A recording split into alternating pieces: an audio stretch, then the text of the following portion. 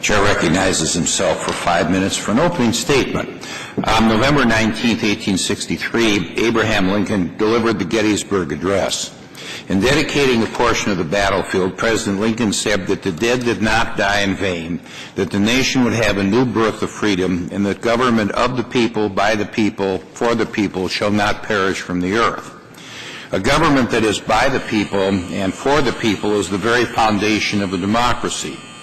If elected officials decide to pursue a course of greed to profit from their positions, they betray the sacred trust and responsibility of the office and weaken the very foundation of our democracy. While citizens may have differing views as to how much the government should be involved in their daily lives, then they may have differing opinions of their government and of their elected officials. Every citizen has the right to expect an honest government. Ideally, an oath of office or the ballot box should be sufficient to hold public officials accountable to their constituents, but in reality it is not. The criminal justice system, with its ability to investigate and prosecute public corruption and related frauds, is a necessary component to ensure an honest government. Our criminal justice system investigates and prosecutes public corruption and related frauds in order to ensure an honest government.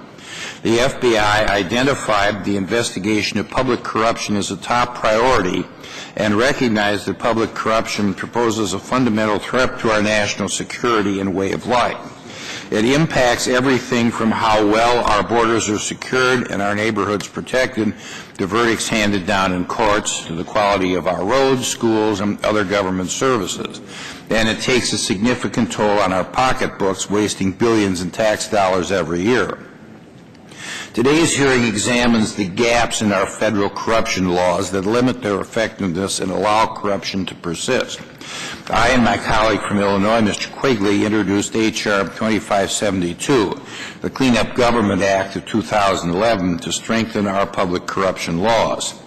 This bill restores tools that prosecutors had previously relied upon that have been eroded over the years by the courts.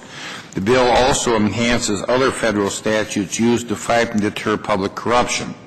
Additional penalties and more robust investigative techniques will ensure that public corruption and related offenses are addressed.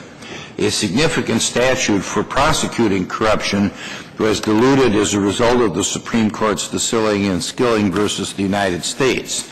In this case, the court held that the honest services fraud statute does not apply to prosecutions involving undisclosed self-dealing by a public official, but only to cases that involve traditional bribery or kickback schemes.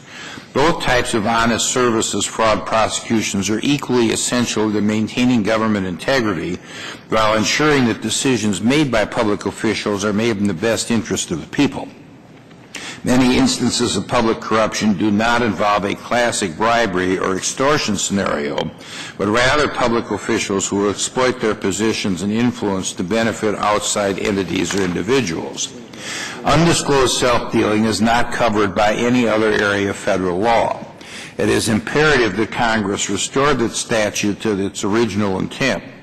Although the Skilling decision seriously eroded the ability to prosecute both public officials and corporate officers for their undisclosed self-dealings, this bill restores the honest services fraud statute only as it relates to public officials. The bill also improves the government's ability to prosecute public officials who accept gifts because they're of their official position, and amends the definition of official act to include conduct that falls within the range of official duties of a public official. The bill extends the statute of limitations for serious public corruption offenses, increases the penalties for certain public corruption offenses, then gives investigators additional tools to address these related crimes in the form of additional wiretap and RICO predicates. There's bipartisan support in both houses for reforming our federal public corruption laws, and this bill proposes common sense and straightforward reforms to achieve this goal.